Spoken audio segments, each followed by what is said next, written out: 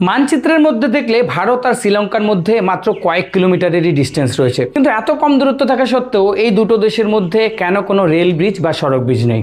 আসলে শ্রীলঙ্কা থেকে ভারতবর্ষের মধ্যে সবচেয়ে কাছের যে দূরত্বটা রয়েছে সেটা মাত্র 30 কিলোমিটার, কিন্তু এই 30 কিলোমিটার অঞ্চলেই অবস্থিত পার্ক স্ট্রেট বা পার্ক প্রণালী এবং সেই বিখ্যাত ঐতিহাসিক রাম সেতু, অনেকে যেটাকে অ্যাডামস ব্রিজ বলেও কিন্তু জেনে থাকে।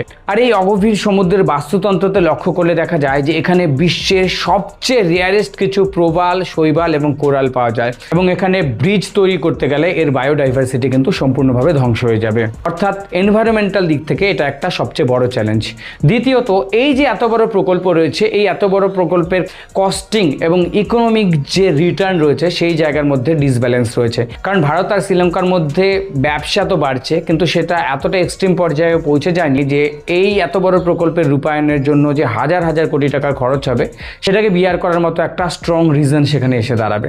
তৃতীয়ত, সিকিউরিটি কনসার্ন।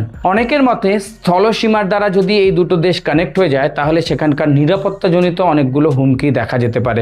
এই দুটো দেশকে কানেক্ট করার জন্য যেই পরিমাণ ডিপ্লোম্যাটিক কিন্তু আলোচনা দরকার, সেই আলোচনাটা কোথাও না কোথাও কিন্তু খামতি থেকে গেছে।